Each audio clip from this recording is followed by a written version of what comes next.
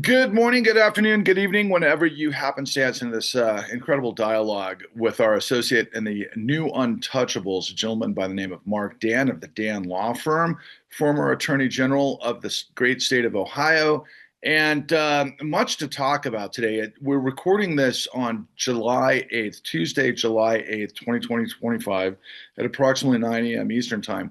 And I think really, I wanted to ask you, Mark, just to kind of get some opening statements, maybe an opening salvo of how you're thinking about things after the 4th of July. Well, I think that the need for resistance and organization of the bar in particular is as urgent as ever. There's so much in the quote unquote big beautiful bill that is going to be that can be challenged constitutionally, setting aside all the terrible public policy decisions that were made. And the fights are going to need to be mounted. Yesterday we saw the Army in MacArthur Park. Um, it sounds like a '60s song, but that's what literally trying to intimidate people of color from having picnics on the Fourth of July weekend. Um, we that requires substantial pushback from not just from protests, not just from demonstrations, but from serious lawyers bringing serious lawsuits to challenge the rights of people and to protect the rights of people. We saw a Czech musician sent back to Czechoslovakia after being detained at the airport, who wanted to come to America to play. I mean, it is this administration is moving forward as swiftly and as diligently and in an organized fashion. And what they're doing in the Justice Department to prepare to take away people's civil rights, to prepare to take away people's rights to vote, to politicize the U.S. Justice Department is scary, and it's the thing of dystopian novels and nightmares.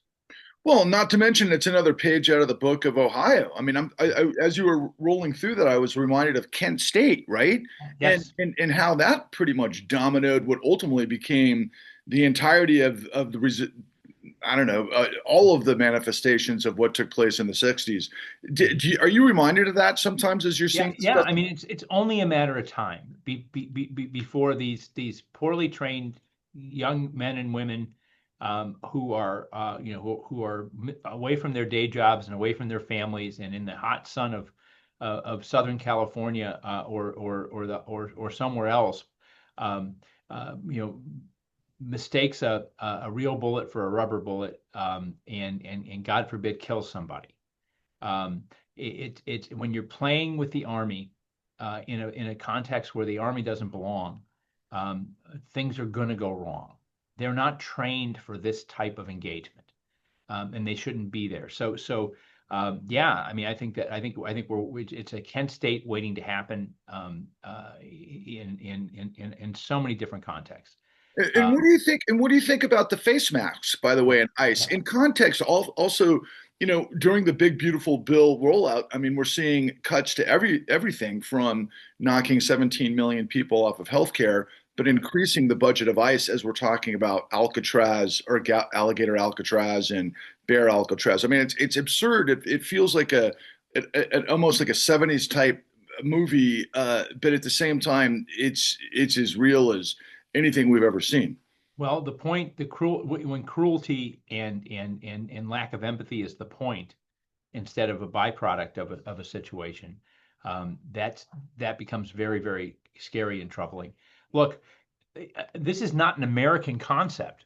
Going back to the Magna Carta, the right to face your accuser is a fundamental human right. It's a fundamental constitutional right. And that is being denied to people who are accused of, not just people who are actually undocumented immigrants, but people who are accused of being undocumented immigrants. That is a terrible idea. The idea that you can't, to the extent that to have masked people beating the shit out of people, and without being able to identify who to sue for those damages that ensue from that. For people who are being wrongfully detained and not able to identify the actors that caused their unlawful detention. Um, that there's got to be again, that's another great lawsuit that needs to be brought, and ICE needs to be forced to allow people to confront their accusers. What do they have to hide? What are they embarrassed about? If they're following the law, they shouldn't be embarrassed about anything. I mean, not only should they not be masked, they should be wearing body cams like most modern police departments are, so that there's no question about what happens in these detainments. There's no question about who's retaining who, and whether they're acting in the spirit of self-protection, in the spirit of enforcing the law, or in the spirit of creating, a culture of fear and anxiety among people of a certain color. Well, and on top of that, you have this production of this, Director of Homeland Security, Kristi Noem, in all of her different outfits and like this great sort of fashion wardrobe as she's approaching, these scenarios of, I don't know, warlike. I mean, the whole thing is just so befuddling. It's an absolute disaster and it's a train wreck mess. But in the midst of it all, I found it incredibly intriguing. And I was looking so forward to speaking with you this morning, Mark, because, I was watching pretty thoroughly most of the goings on of the Sean P. Diddy Combs trial. And of course, in the centerpiece of the three ring circus of everything that was being illuminated, or not, depending on your outlook, especially considering the verdict. But central to it all was racketeering. And, I've since, as a result of our work in the con and having the incredible opportunity, and it was a miracle to discover you and your work in Ohio and what you guys did on the flip side of the 2008 great financial crisis. But I thought it would be really intriguing to get your take on when that verdict rolled out and you saw that P. Diddy was acquitted of racketeering. So I have a lot of thoughts about that, and they're not necessarily what you're going to hear on MSNBC or among the legal commentators. One thought is this: this is the RICO prosecution that the government sought to bring. I mean, right here in Ohio, we had First Energy using $60 million in bribes to get $1 billion of subsidy out of the pockets of rate holders in the state of Ohio, driving business away, uh, uh, having electricity shut off for senior citizens in exchange for a $60 million bribe. And the U.S. attorney, while they were very aggressive about bringing RICO claims against the public office holders that were involved in accepting the bribes, they passed on going after the First Energy executives that paid the bribes. Fortunately, David Yost, who's our current Attorney General, who I agree with about actually lately more and more things, but have historically agreed about very little on. He took the initiative before the statute of limitations ran and brought state charges against those bribing government folks, kind of like what we did, the bribing executives, kind of like we did back in the day. So the fact that this is the RICO case they decided to bring, with the resources of the Southern District of New York's U.S. Attorney's Office. And by the way, that was a Biden prosecution. That wasn't a Trump prosecution. It can tells you a lot that you need to know about the priorities of the Justice Department. But it also underscores the fact that that was pointed out in the Chicken Shit Club, which is RICO prosecutions are hard, and if you bring them, you're going to lose some. But that does not mean that you shouldn't be bringing them. That bringing those cases is important. If you're not bringing cases as a prosecutor, that you're going to lose sometimes. That there's a risk that you're going to lose. If you're only bringing those cases where there's 100% chance you're going to win, then you're not doing your job.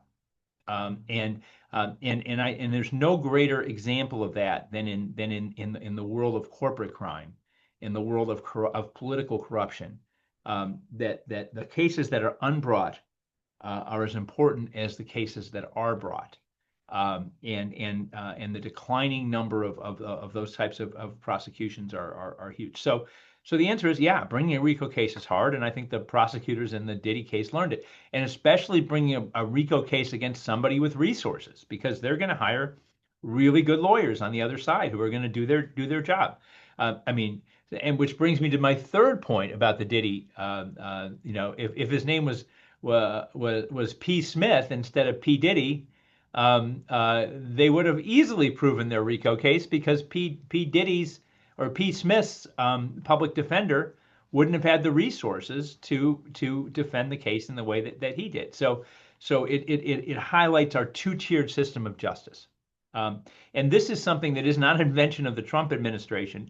This has been Democrats and Republicans over the last 50 years, or not 50 years, really since Bill Black roamed the earth, and the Federal Home Loan Bank Board and prosecutors had what we like to call in Youngstown couillons, and would bring those cases when necessary, and it's really a tragic loss of law and order.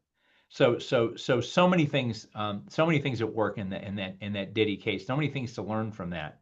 Other than the salacious details that everybody was most interested in. The fact is, it can tell you a lot you need to know about the current state of justice in America. Well said, Mark. But just a follow-up question to that. There seemed to be kind of a tale of two cases here. Obviously they rolled out the video of Cassie Williams and the obvious domestic violence, but they own that, presumably, that, yeah, there were some salacious things happening. But if you were approaching this just out of curiosity, it just seemed to me that, and I've seen this in some commentary following it, but Sean Combs has made an empire on a number of products that aren't basically the freak offs, right? I mean, he's got alcohol, he's got music, he's got a record label, he's got this, that, and the other. But if you were to prove a RICO case, for example, on the predicate acts, wouldn't you have to roll up the consigliaries or the lieutenants and all of the different people in the food chain to prove that there was some sort of apparatus of the organization that had a causality, if you will? And for me, on the outside looking in, just from a kind of a Hollywood standpoint, when you look at Weinstein and you look at these other players that have done this stuff for really decades and probably longer than that, but the idea is control. It's an idea to monopolize whatever the particular pipeline might be it music, and controlling actors for the producers, bottom line, and that sort of thing. Can you kind of give us a little bit more introspection in terms of the opportunity missed to be able to really, I guess, characterize the organization? Yeah, yeah. I mean, I didn't follow it that closely, honestly. I mean, I heard the salacious details like everybody else did, but I didn't, but I'm more concerned about the broader picture. Why aren't we bringing more of these cases? Why are our resources being devoted to this particular one? Um, I think the prosecutors put on a 6-week trial. I mean, they did bring in the supporting cast. They did present that evidence, and the lawyers on the other side did a good job of debasing the jury of the thought that there might be this broader conspiracy. That what they came up with is, what they convinced him is that he was just a creepy, horrible man, um, who was abusive to women, which ironically was a win for this guy in this trial. So I think the bigger problem is, why this case, why not other cases? Two, it reminds us about why prosecutors, if they decide to bring a case, shouldn't be afraid to bring cases where there's risk. And I give credit to those prosecutors who saw this through. Um, and it also, but I think you can also make an argument that some of this was overcharged. I mean, and so that this wasn't the best example, and it's not going to enhance the case law around bringing RICO type prosecutions in the worlds where I think it's much more important in corruption and in corporate theft. So more than that, more than that in terms of the details of what went on in that trial. I just didn't pay very close attention to. We have an awful lot to work with to worry about what's going on with the federal government, and here in Ohio, our state government. That my focus has been on that. Okay, well, I'm going to turn to that immediately.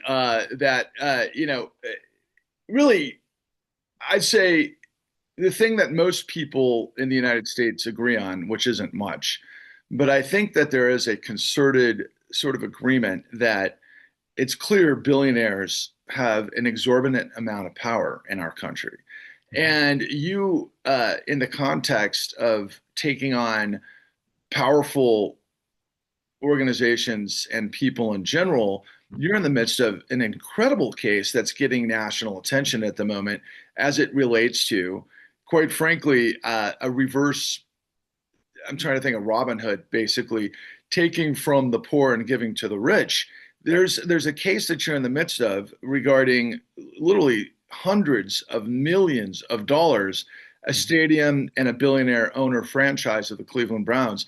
Can you introduce and discuss a little bit about what you're in the midst of? Sure. I was actually reminded this morning because I just did an interview with Cincinnati Television that it's actually two billionaires. The Brown family owns the Bengals, and they are next in line for the largesse of the money that the Ohio General Assembly in the middle of the night stole from little old ladies who have forgotten about money in a bank account or whose Social Security check was mailed to the wrong address.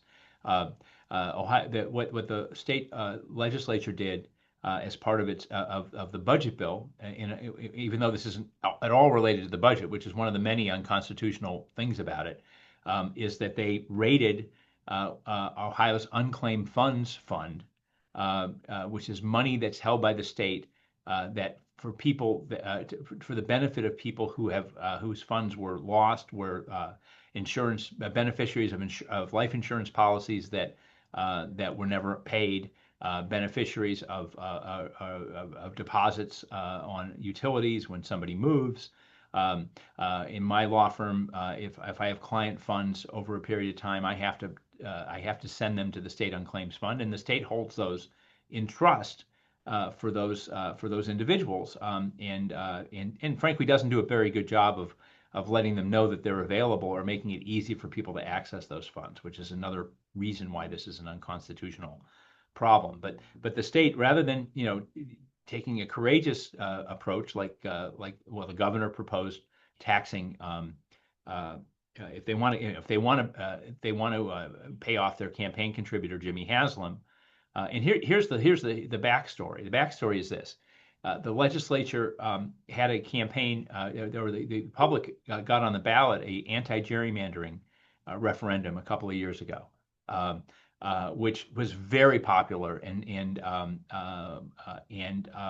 it qualified for the ballot. And the leaders of the Republican leaders of the Ohio General Assembly, which both in the Senate and the House, there's a supermajority. That means that they have more members. They have enough members to override a veto. So if, God forbid, a Democratic governor got elected in Ohio, any veto that governor would issue could be overridden by this supermajority.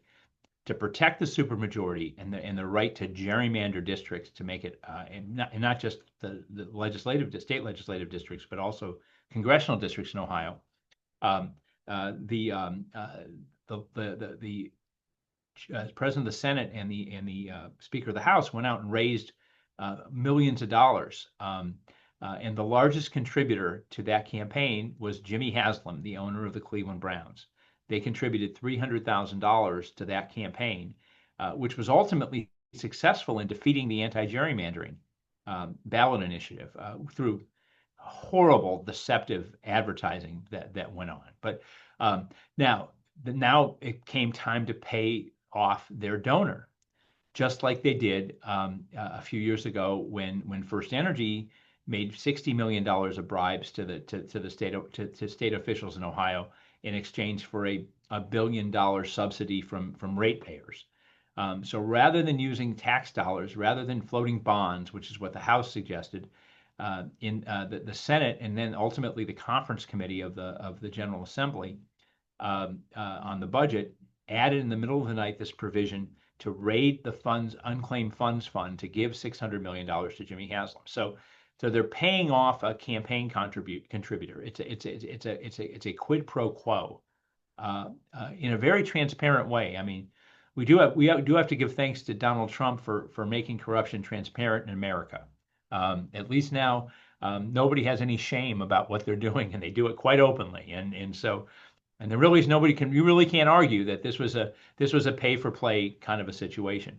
$600 million subsidy to a indoor stadium for the Browns that will be solely for the benefit of the Cleveland Browns organization, which is solely owned by Jimmy Haslam, who is, if he lived in Ohio, would be the richest person in Ohio. He's a multi billionaire who became a billionaire through some shady, nefarious dealings himself. But setting that aside, that's what they decided to do, and that's where we need to draw the line, because that money didn't belong to the state, it didn't belong to the General Assembly, and it certainly doesn't belong to Jimmy Haslam.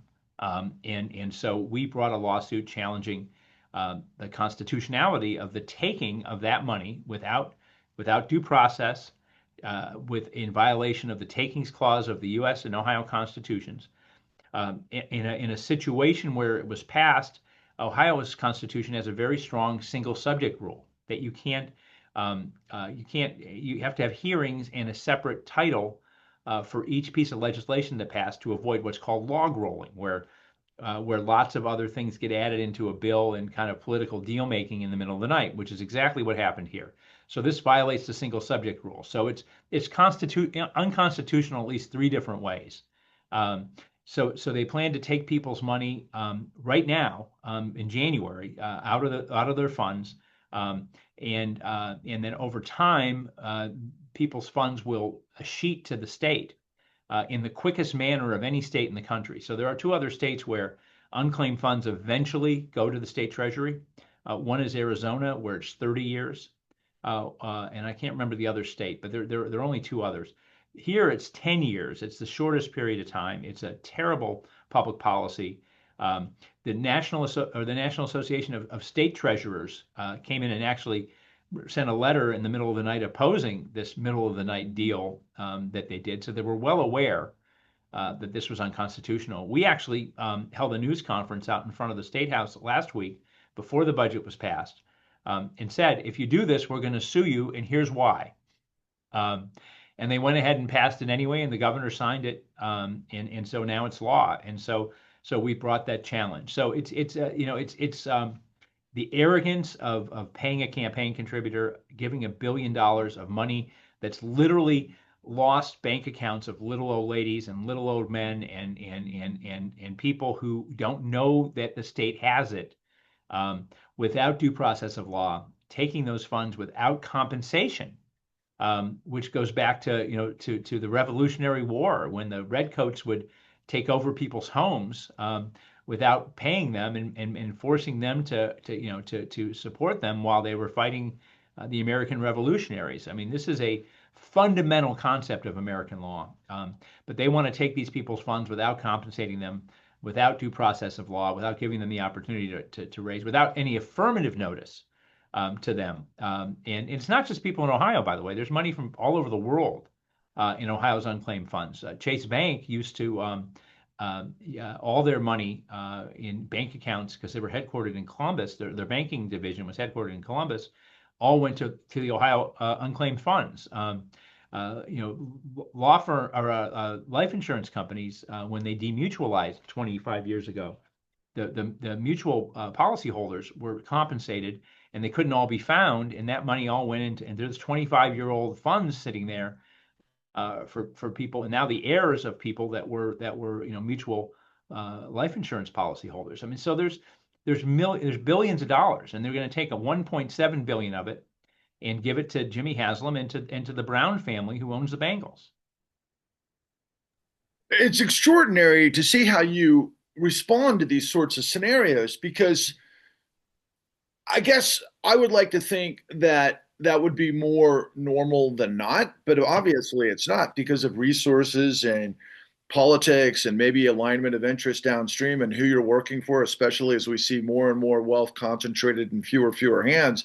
It really Right. distorts the notion of economies. But you also recently, and I think you successfully had demonstrated that you had found funds that were misallocated in the wake of COVID, as I recall. Can you comment on that briefly? Yeah, I mean it's a similar thing. In 2021, the Chamber of Commerce and in Ohio's millionaires, probably some billionaires, but the business community was frustrated that they couldn't find enough people to hire to do jobs that needed to be done, because many people were homesick.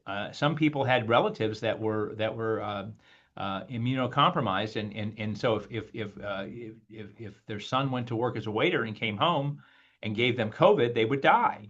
Or people had a huge problem during COVID, as many of you remember, with daycare, that people would love to go to work, but they couldn't find affordable daycare to be able to go to work. So the big solution that the Chamber of Commerce convinced Governor DeWine here to enact was to say no to the last 10 weeks of the extra unemployment benefits that were appropriated in the CARES Act.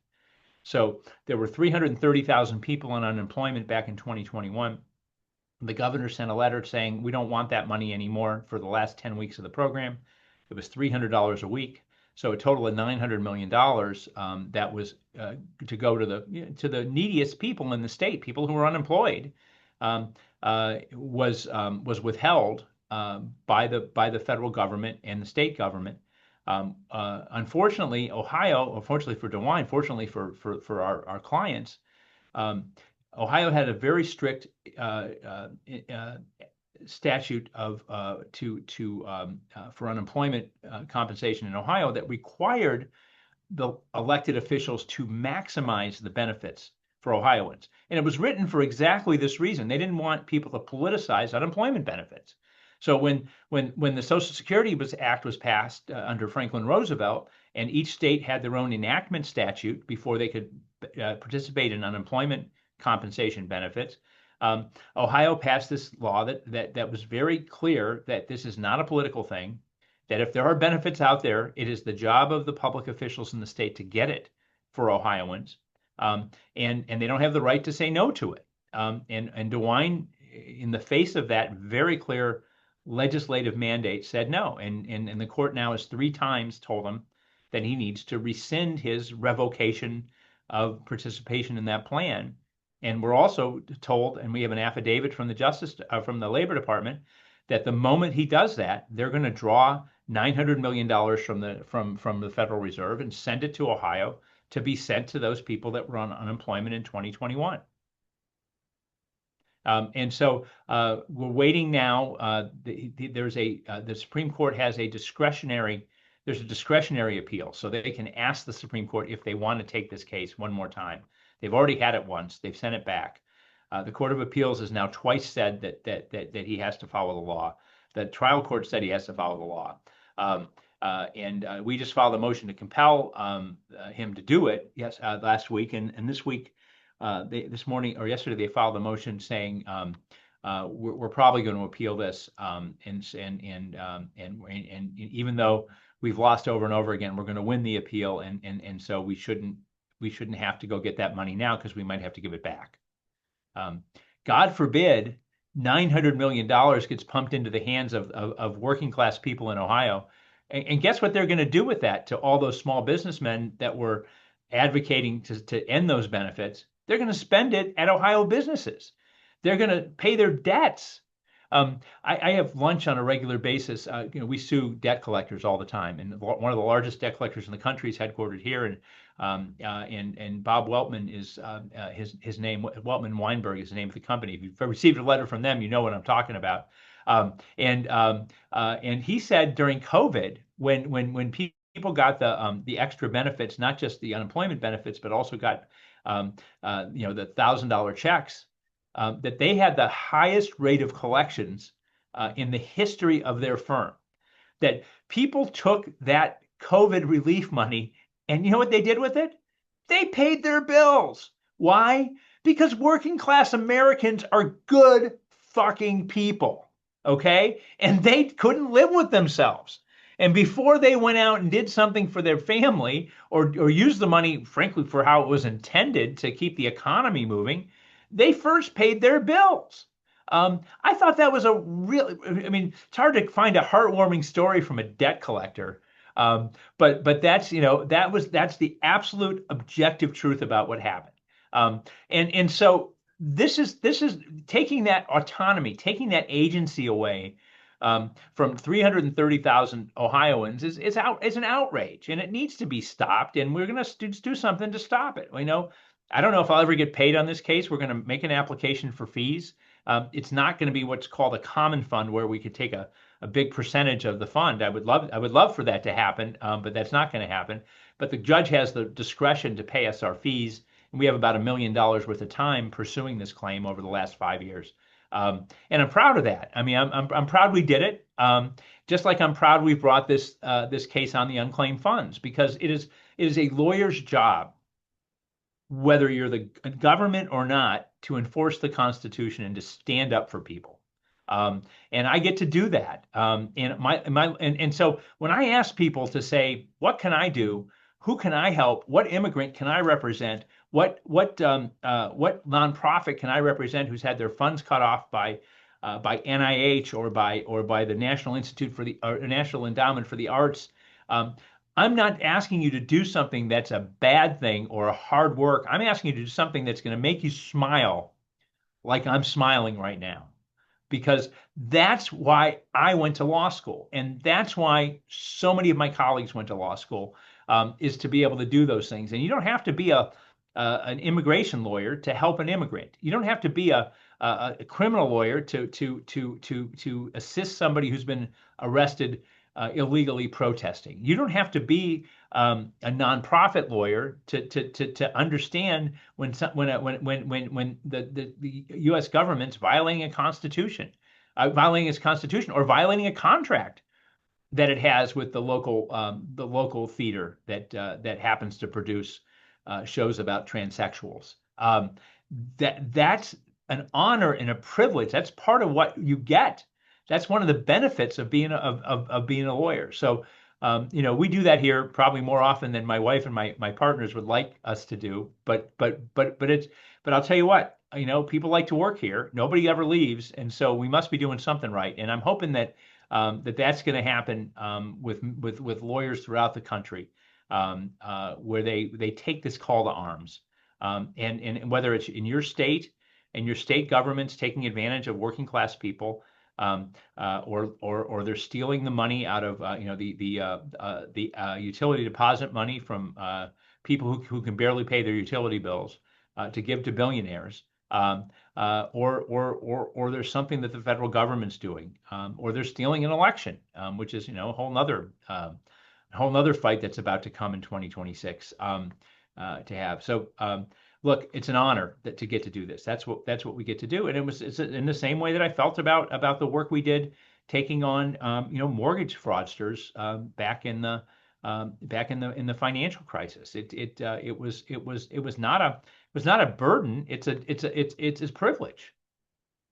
Well, I want to insert there. I feel so electrified by what you just laid out. And I kind of think to myself, here's Marc Dann leaping tall buildings in a single bound on behalf of the American people, because you see this pattern here between those with incredible resources utilizing literally a democratically elected leadership to use their time and resources in the dead of night to go found funds to benefit their benefactor. I mean, it's such a perversion of the notion of democracy. It's such an upside down, inside out sort of revelation. And I'm so glad that you brought up how we found you as it related to the mortgage crisis, because one of the things that we couldn't believe as we were able to dig a little bit further is, and as I was listening to what you said, you literally have to be a detective to be able to figure out all of these different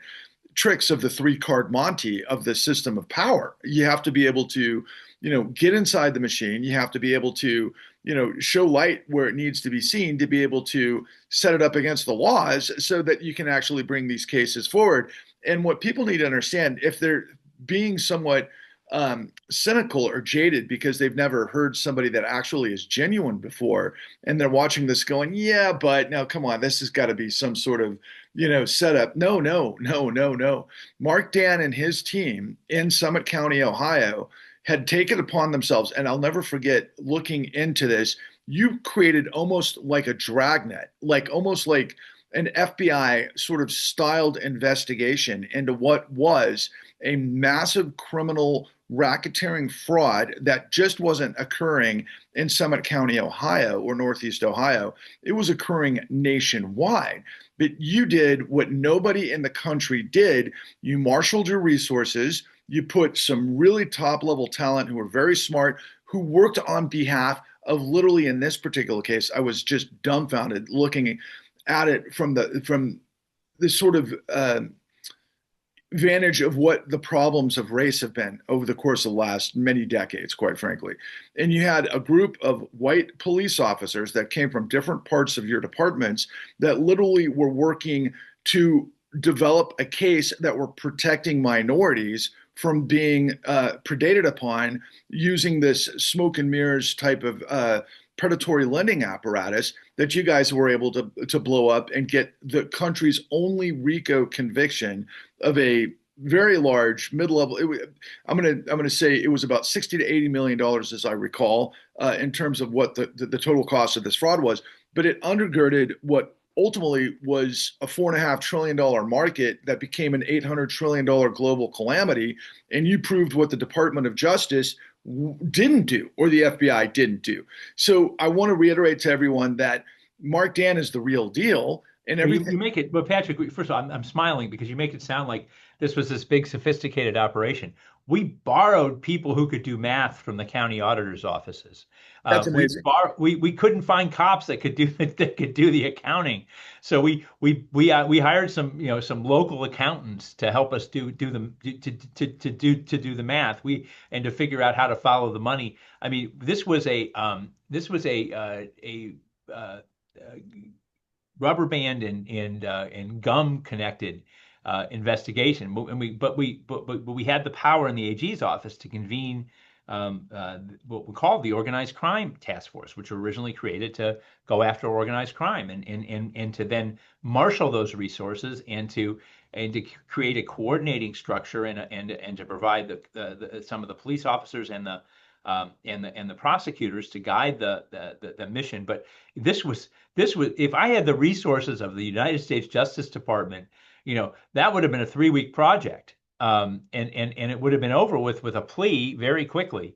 But it can be done at the local level, and this is another point that I think is really important for 2020, 2025 in 2026 is that local prosecutors, local AGs, state AGs, local prosecutors, local auditors, local police departments.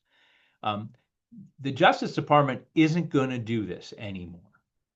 And so, if corruption's going to stop, if people who are bribing government officials or predators on consumers, they're not going to get prosecuted, and particularly if they're contributors to Trump or they're crypto promoters in your community, or crypto ATM machine owners in your community that are stealing from people who are being defrauded by people in other countries, in taking a big vig on the money that they're collecting. It is up to you to go after those folks. It should be a high priority. Honestly, if in Germany in the 1930s, if the local prosecutors had the gumption to stand up and do their jobs, and to fill in the gap. I mean, we do have a two-tiered law enforcement system in the country, and there's a reason for that because the states have co-equal responsibility for this, and so certainly in states where there aren't Trump sycophants running these departments, and honestly, even in rural Ohio where there were 90% votes for Donald Trump, the prosecutors that I know there are honorable folks, and if they can find a crime and they have the resources, they're going to go after that crime, and so it's incumbent on all of them. So it's one thing I talk about lawyers in general, but those with the public trust have an even higher obligation. State commerce departments, state securities enforcement agencies can go after these crypto scamsters, even if the federal government's decided they're not going to do it. Um, Protect the public. That's why you're there. That's what your job is. And so if you have to tie it together with rubber bands and shoot up gum to make it work. And I think the folks on the task force would tell you the same thing, Patrick.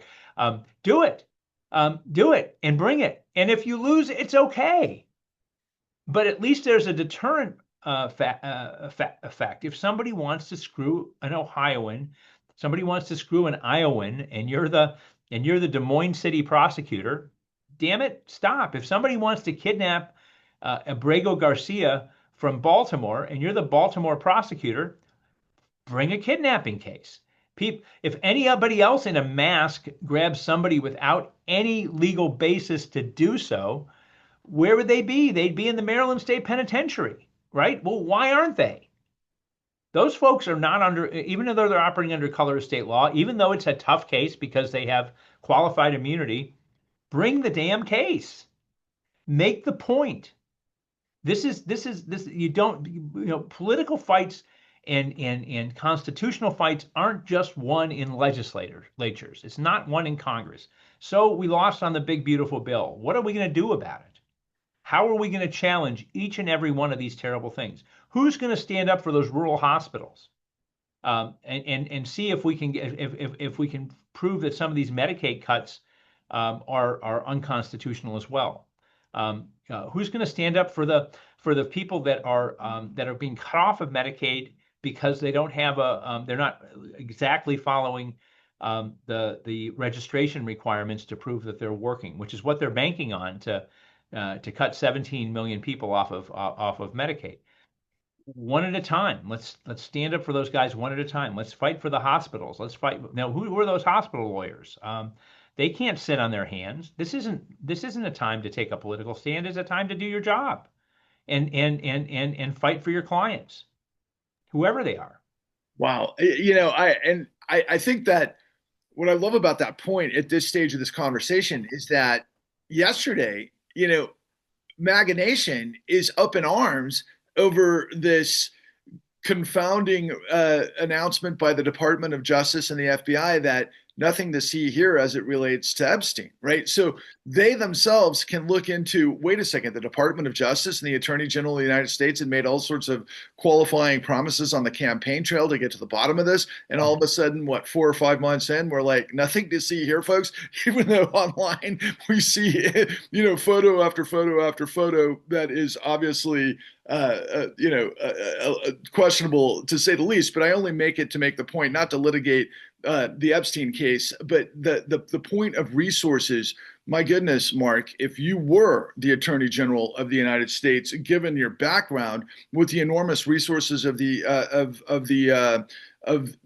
quite frankly, the Department of Justice, it would be incredible what you could do on behalf of the American people. That's the thing I wanted to underscore, because as we're moving forward in the Untouchables process, and we've got about 11 minutes here, I'm going to give you the floor for the next 11 minutes. We've got a plan.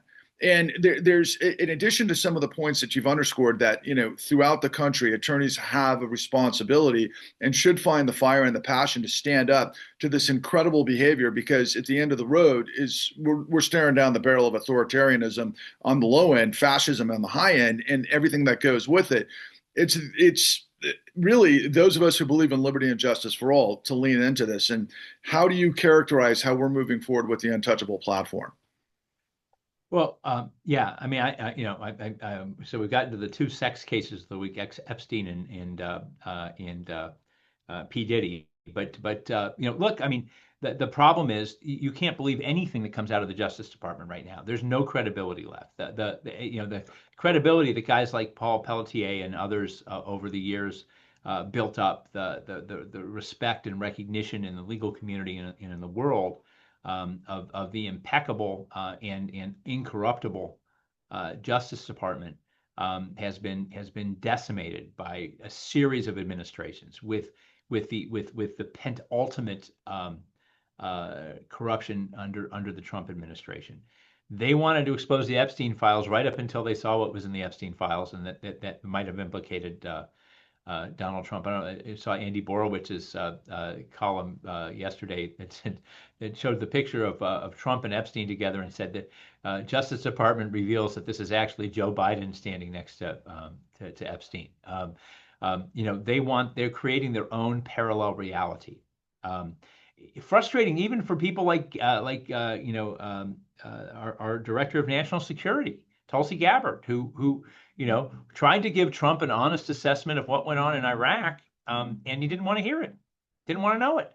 Um, and so she'll be on her way out very, very shortly because of that. So what we need to do is mobilize and organize, and we need to start, in your own home, which is what we try to do here in Ohio.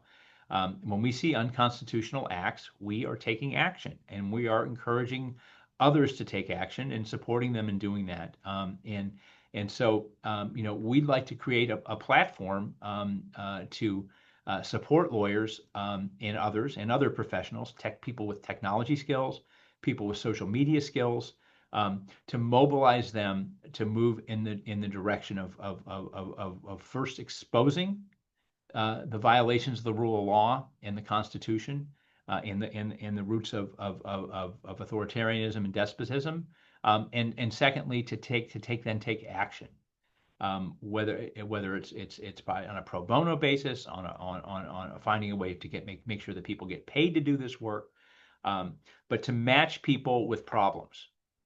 That's what we'd like to be. I'd like to be a force for. First of all, but the first step is, as Patrick keeps reminding me, is to mobilize the workforce first, the force of us that are going to do it, and then figure out how to make those matches going forward, so that because it's not good enough to say I just don't know I don't know what I can do. If a lawyer or a coder or a social media influencer is saying I don't know what I can do, I'm throwing up my hands for the next 4 years, that's just a lie. You're lying to yourself. There's so much that you can do. Find a moment, find an opportunity.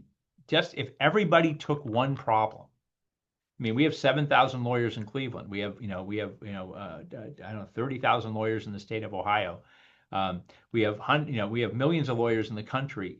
If every one of us who saw a violation of the rule of law, or had a client that saw a violation of the rule of law and took that on, they're going to have they think they're flooding the zone. I think we can create not just the best zone defense in the history of jurisprudence, but we could create our own flood the zone strategy. All the competent litigators are gone from the Justice Department. So if you want to sue, this is a great time because even bad lawyers are going to win their cases against justice. Anybody with any competence or any integrity has left. So they're undermanned with unqualified people trying to do this work. Let's take them on.